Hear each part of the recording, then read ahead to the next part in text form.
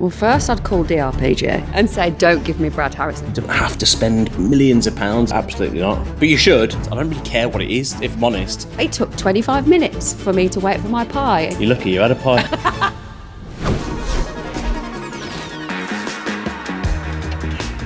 Hello, and welcome to the Unstoppable podcast series. I'm Kate, and today I'm joined by Holly and Brad and Ralphie.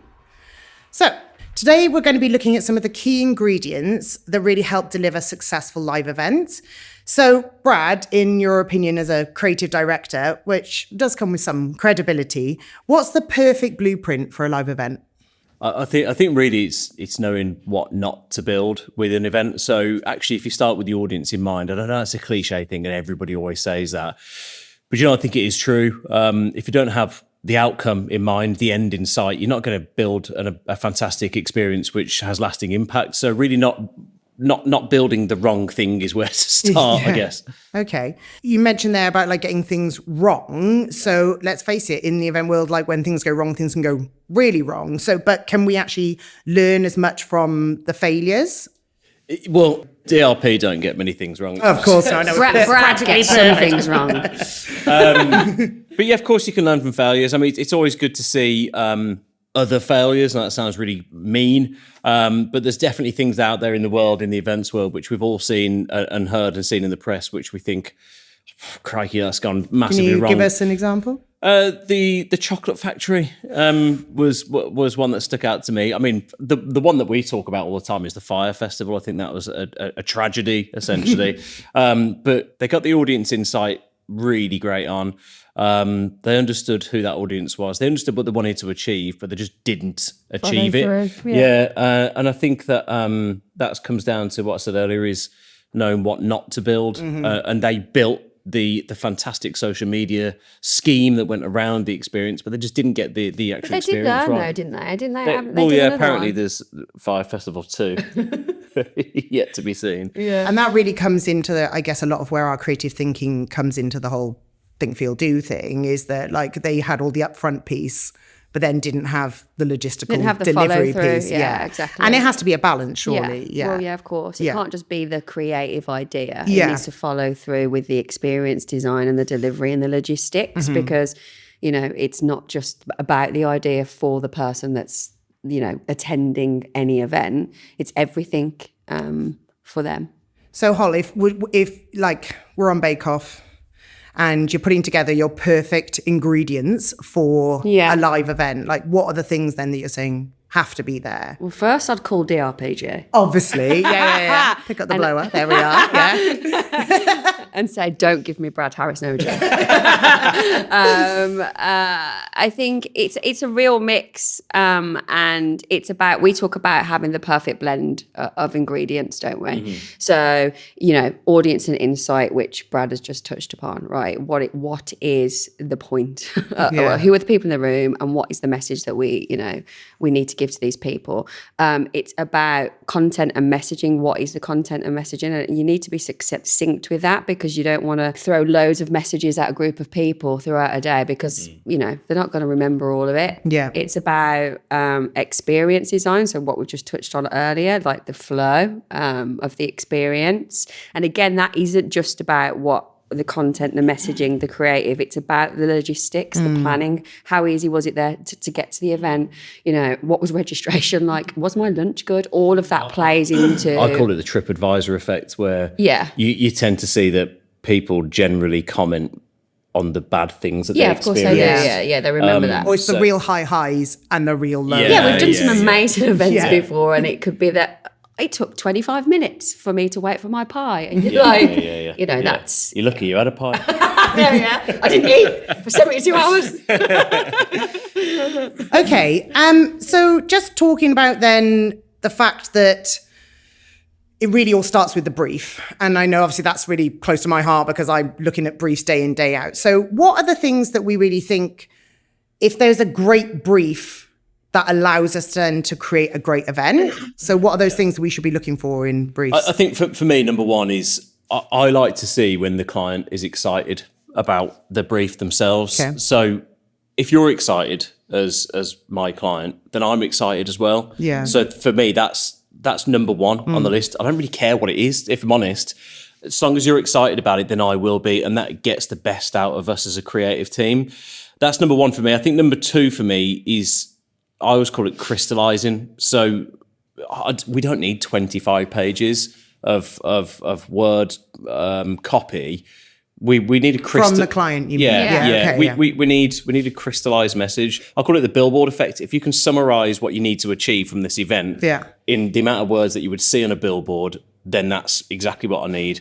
Tell me what it is, tell me who it's for, and tell me what you want to achieve. What change you want to make. And we will make something from that. And trust, I think, really is trust in the process. Some of my favorite times are when clients give you that crystallized brief. They say, that's what I want to change right there. It's a couple of sentences on one page.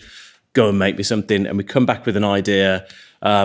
That's both exciting for us as an agency, but also for the client as well. And we see some of the greatest results that way. Do you think, though, it's difficult for clients to know what they want early on in the process? I think so. And I think actually we've done it together a few times. My favourite way of receiving a brief is collaborating with the client in the moment. So it's, yes, we've had an initial call with a client. They've given us an idea of what it is that they want to achieve. And rather than us saying, go away, think about it, or giving them some questions, we invite them here, or we go to them, we sit down, we spend a couple of hours together, we get immersed in the brand, and they really talk to us about what the outcomes they want to achieve from that event. We get to ask questions. Then we essentially go away and write the brief for them, what we believe the brief for that thing, the event is. And then off the back of that, then we can create, an amazing proposal. And some of our most successful events that we've worked together on have started that way. So I would definitely push for collaboration with the client in that early stage. Yeah. So it's about collaboration. It's not transactional. It's, we've written this for you, go do this for us. We've come up with the brief together. So that client relationship bit sounds to me like that's a really key thing. Yeah, exactly. And do you think that sort of plays into trust, or is it about partnership? Or I know we kind of use the phrase internally a lot about like, we're an extension of your team. Well, that's what we are, but right? It really is like, Yeah, the best, projects that I have worked on personally is when you do feel like a true extension of that client team. You're going to be working with these people sometimes up to 6 months and you're all working towards the same goal. You've got to feel like you're a team. And some of the worst projects I've ever worked on is when I don't feel like I have been made to be part of the team, and it does feel transactional, and it does feel like, go and do this for us.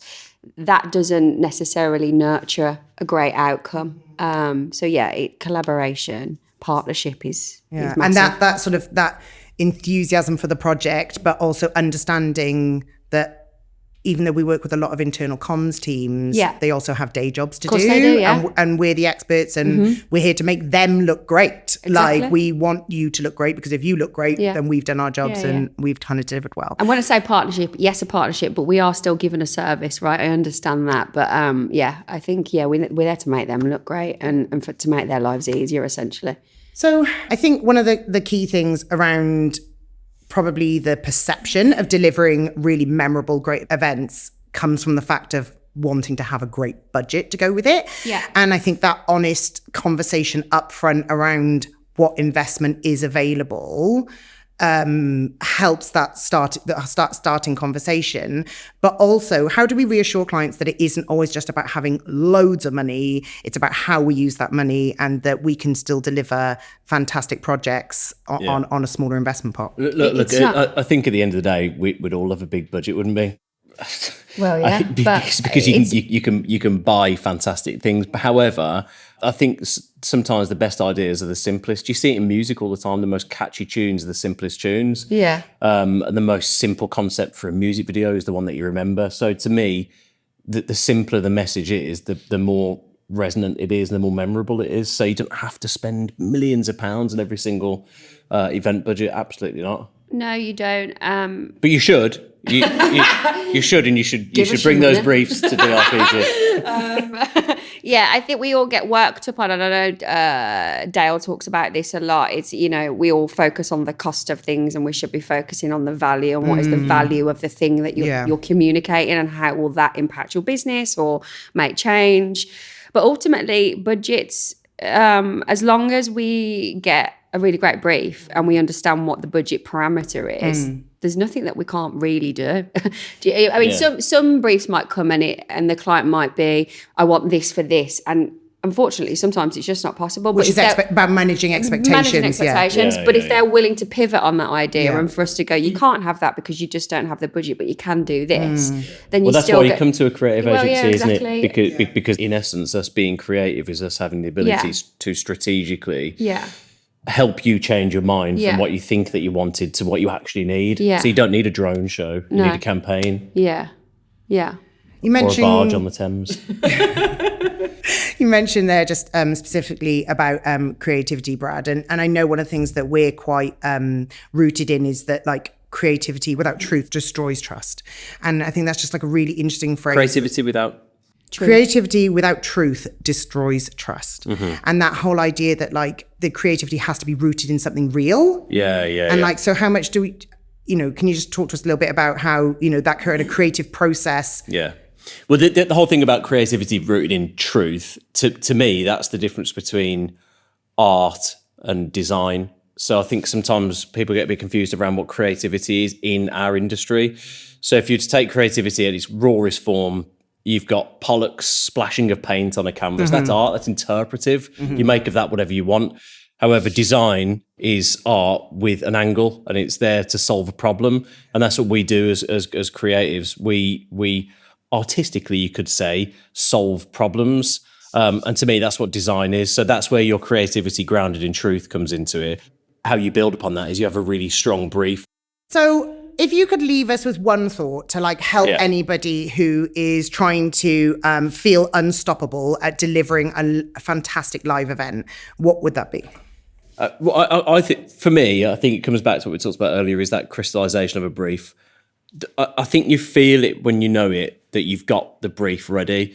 Once you've kind of boiled down the issue that's happening in the business or whatever the problem is that you want to solve, once you boil it down to its most component parts and you can jot that down in a sentence or two, that's when you get excited.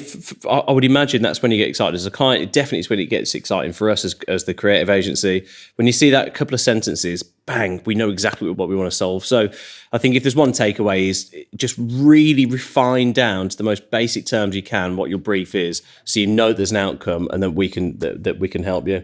And to add to that, I would always, and I will do this in a project, once you've got that, I'm always asking this creative idea that we've just come up with, this film, is this piece of design, is that meeting that message? And if it's not, then why are we doing it? So it's the value of all of the things, you know what I mean? I always question the value of the things, the ideas that we come up with. Yeah, we're not content peddlers. No, no, we're not doing it just because. Yeah. It has to play back into the brief, into that message.